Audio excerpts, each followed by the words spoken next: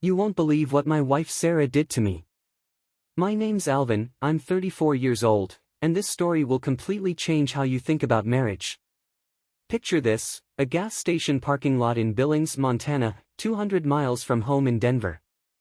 That's where my wife Sarah gunned the engine and left me standing there while her sisters Emma and Rachel laughed in the back seat like it was the greatest joke ever told.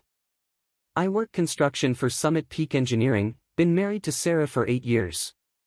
We'd driven up for her cousin's wedding, what was supposed to be a perfect weekend getaway. Just the four of us in her sedan, splitting gas money and hotel costs. But something felt wrong during that entire drive up. Sarah kept exchanging these secretive looks with her sisters in the rearview mirror. Hushed conversations whenever they thought I wasn't paying attention. When I asked what was happening, she'd flash that familiar smile and say, "Nothing, honey. Just sister talk." I should have listened to my instincts right then and there. We'd stopped for gas about an hour outside Billings. I went inside to grab coffee and use the bathroom. When I came out, they were already in the car with the engine running. Sarah rolled down her window wearing this strange grin that made my stomach drop. "Get in the car, Sarah," I said, walking toward the passenger door. "Actually," she said, "and here's where everything changed forever, we've been talking, and we think you need to learn some independence." "What are you talking about?" I asked, completely confused. Emma leaned forward from the back seat. "You're always so clingy, Alvin, following Sarah around like some lost puppy. We thought this would be good for you." Rachel chimed in with a voice full of excitement, "A little adventure."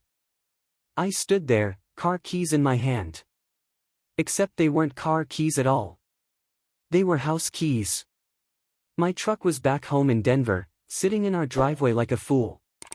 "This isn't funny," I said. "Whatever joke this is, stop it right now." Sarah's smile got even wider, and what she said next still haunts me. "It's not a joke, it's a prank. You're always so serious, Alvin. Learn to laugh a little." Then she yelled those words that changed everything, "Figure it out yourself," and hit the gas. I watched their tail lights disappear down Highway 2, standing there with nothing but my wallet, my phone, and the growing realization that my wife and her sisters had just abandoned me in the middle of nowhere. The October wind cut through my jacket, and I could smell snow coming in the air. I called Sarah's phone. Straight to voicemail. I called Emma's number. Same thing. Rachel had blocked my number months ago after some argument I couldn't even remember anymore. That's when it hit me like a truck. This wasn't some stupid prank that would end in an hour. This was something much darker, something that showed me exactly what my wife and her sisters really thought of me. I walked back into the gas station and asked the clerk how much a bus ticket to Denver would cost. "No buses run through here," he said. "Greyhound stops in Billings, though, about 40 miles east." Let me tell you about how I met Sarah. It was 9 years earlier at a job site. She was doing environmental consulting for a commercial project my crew was working on. Smart, funny, with this incredible way of making me feel like I was the only person in the room when she spoke to me. Her sisters were completely different stories. Emma was 2 years older, worked in marketing for some tech company, always had opinions about absolutely everything. Rachel was the baby, 28, still figuring out what she wanted to do with her life, but never lacking attitude. From day one, they treated me like I was stealing their sister away from them. Family dinners where they'd make inside jokes I couldn't follow. Vacations where they'd book activities without asking if I wanted to join. Small things that built up over time like pressure in a boiler. "They're just protective," Sarah would say whenever I brought it up. "They'll warm up to you eventually." But they never did. If anything, they got worse after we got married. Emma started making comments about how I held Sarah back from traveling more, from taking risks. Rachel would roll her eyes whenever I offered to help with anything, like changing a tire or fixing something around their apartments. "Not everything needs a man to solve it," she'd say with pure venom. I started noticing other troubling things too. How Sarah would text constantly when we were together, always with her sisters. How she'd change plans at the last minute because Emma or Rachel had some crisis that needed immediate attention. Last year, Sarah forgot our anniversary because she was helping Rachel move apartments. The year before that, she missed my birthday dinner because Emma was having problems with her boyfriend. Family comes first, she'd always say. And I understood that. I respected it. But wasn't I supposed to be family too? The warning signs were everywhere during the drive to Montana. How they'd insisted I didn't need to bring my truck because we'd all ride together. How Sarah had booked the hotel room under her name only. How Emma kept making jokes about how I never did anything spontaneous. Remember when you used to be fun? Rachel had asked from the back seat. Before you got all domestic and boring. I'd laughed it off, but it cut deep. I worked 60-hour weeks to keep us comfortable. I fixed things around the house, planned vacations, remembered important dates. I thought that was what being a good husband meant. Standing in that gas station parking lot, watching the sunset over the Montana hills, I realized I'd been wrong. Not about being a good husband, but about who I was married to. The clerk inside let me use the station's landline to call a taxi company in Billings. $60 ride I couldn't really afford, but I needed to get to that bus station desperately. The bus ride to Denver took 14 hours. 14 long hours to sit in that uncomfortable seat and think about my marriage, about the woman I'd spent 8 years trying to make happy. I kept checking my phone, expecting an apology text, maybe a panicked call when they realized they'd gone too far. But nothing came. Absolutely nothing. Around midnight somewhere outside Casper, Wyoming, the truth hit me like lightning. This wasn't about teaching me independence or helping me loosen up. This was about humiliation. About showing me exactly where I stood in their little sisterhood. I thought about all the times I'd given in when they wanted to change our plans. All the times I'd bit my tongue when they made jokes at my expense. All the times I'd apologized for things that weren't my fault just to keep the peace. But here's the worst part, and this is what really broke me, this wasn't some spur-of-the-moment decision. This was probably something they'd planned for weeks, maybe months, sitting around Emma's apartment, cooking up this scheme, laughing about how clueless I was. By the time the bus pulled into Denver at 8 a.m., I'd made my decision. A decision that would change everything. I took a cab home, expecting to find Sarah's car in the driveway, but it wasn't there. The house was empty, exactly like we'd left it Friday morning. I sat at the kitchen table and called in sick to work. Then I did something I'd never done before in my entire life. I started going through Sarah's things. Not because I was jealous or suspicious, but because I needed to understand who I'd actually been married to all these years. Her laptop was password protected, but she'd always been careless about closing browser tabs. What I found there destroyed everything I thought I knew about my marriage. Group chats between her and her sisters going back months. Screenshots of our text conversations that she'd shared with them, complete with laughing emojis. Photos of me sleeping that she'd sent them with captions like, "dead to the world as usual" and "zero awareness." But it was the thread about the Montana trip that broke something inside me forever. Emma had suggested it first, we should totally ditch him somewhere and see how long it takes him to figure out how to get home. Rachel replied, "OMG yes. He's so dependent on Sarah for everything." Sarah's response, "You guys are terrible, but also it would be hilarious." They'd planned every single detail. The gas station stop, the story about needing independence, even the backup plan. "If he somehow makes it home before us, he'll probably just call his mom or something," Emma had written. "Big baby," was Rachel's reply. I closed the laptop and sat there for a very long time. Then I went upstairs, packed a bag, and left. I didn't leave a note. I didn't turn off the utilities or lock the door. I just walked out the same way they'd driven away from me. The difference was I wasn't coming back. Ever. I drove my truck to my brother Michael's place in Colorado Springs. He worked nights at a manufacturing plant and had a spare room in his apartment. When I showed up at his door with a duffel bag and no explanation, he just nodded and handed me a beer. "How long you staying?" he asked. "Don't know yet." Michael had never liked Sarah. He'd never said it outright, but I could tell by the way he'd get quiet when she was around. How he'd always have some excuse to leave early when we had family gatherings. I told him what happened. All of it. The prank, the group chats, the months of planning behind my back. Jesus, Alvin, he said when I finished. You're better off without her. Monday morning, I called my supervisor at Summit Peak and requested a transfer to a project in Colorado Springs. We'd been short-handed on a hospital renovation, and they needed experienced guys. My boss didn't ask questions, just said I could start Wednesday. Tuesday afternoon, my phone started ringing. Sarah was back. I let it go to voicemail, then listened to the message that would make my blood boil. Alvin, where are you? I come home and you're just gone. That's not like you. Call me back.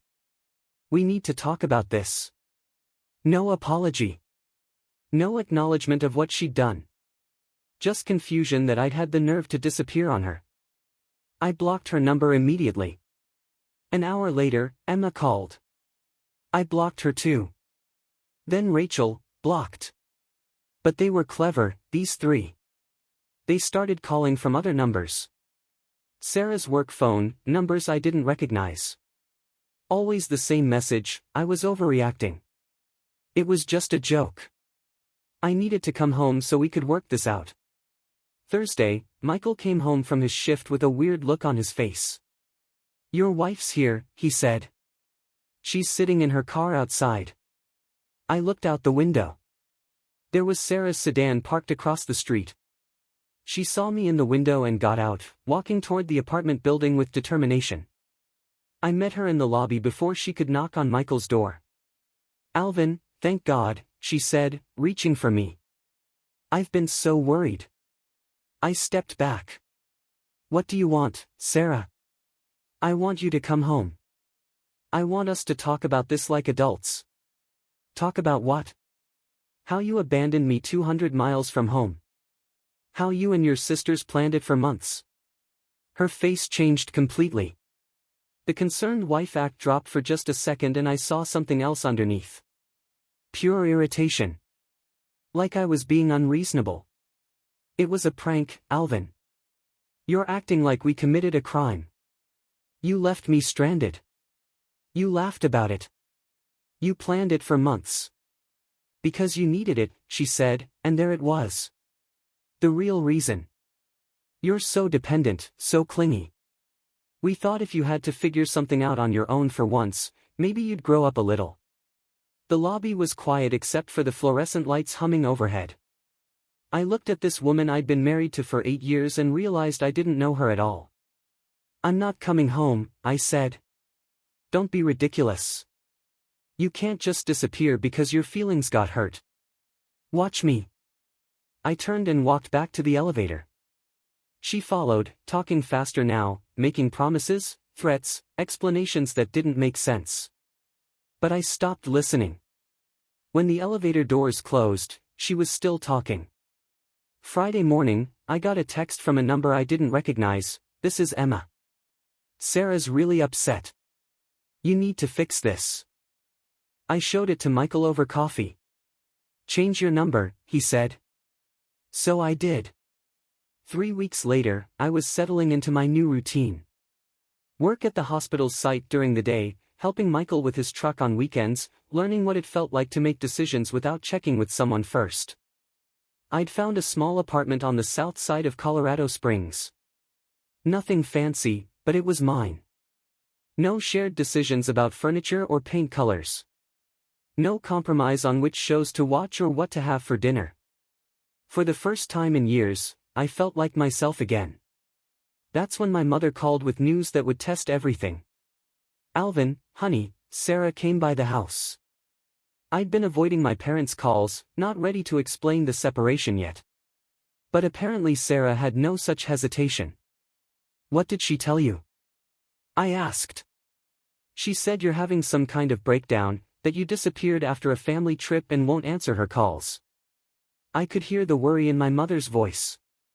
Mom had always liked Sarah, thought she was good for me, stable, responsible. It's not a breakdown, Mom. We're having problems. What kind of problems that can't be worked out? I didn't want to get into details. Didn't want to explain the group chats or the planning or the months of subtle cruelty that had led up to that moment in Montana. It would sound petty, like I was overreacting to a joke. "I'll call you later, Mom. I need to think about some things." But after I hung up, I realized Sarah was still playing the game, still controlling the narrative, making me look like the unstable one. The one who'd abandoned his marriage over nothing. I drove back to Denver that weekend, not to the house Sarah and I had shared, but to my buddy Derek's place. He worked construction too, had been at my wedding. "Heard you and Sarah split up," he said when I showed up at his door. "Sorry, man." "What did you hear?" "Just that you took off after some fight." She seemed pretty torn up about it. There it was again. Sarah's version of events where I was the bad guy who'd overreacted and abandoned his wife. Derek offered me a beer and we sat on his back porch. I told him the real story, all of it. "That's messed up," he said when I finished. "Why would she do something like that?" "I think she wanted me gone," I said. "Not permanently, but I think she liked having the power to hurt me, to show me how little I mattered." Derek was quiet for a while. Then he said something that chilled me to the bone. "You know what I remember about your wedding?" I shook my head. "During the reception, you were talking to some of my crew guys. Just normal conversation, but every time you'd laugh or seem like you were enjoying yourself, Sarah would come over and interrupt. Find some reason you needed to be somewhere else." I remembered that now, how she'd kept pulling me away from conversations, saying we needed to thank this relative or take photos with that group. I thought she was just being a good hostess. "Maybe," I said. "Or maybe she didn't like seeing you happy without her." That night, I drove past the house where Sarah and I had lived. Her car was in the driveway, lights on in the living room. I could see her shadow moving around inside. I didn't stop, didn't get out, just drove past and kept going. But seeing that house, remembering the life I'd built there, made me realize something important. I wasn't just running away from a bad marriage. I was running towards something better. Over the next few months, I started taking steps I should have taken years ago. I opened my own bank account, transferred my half of our savings, found a lawyer who specialized in divorce cases.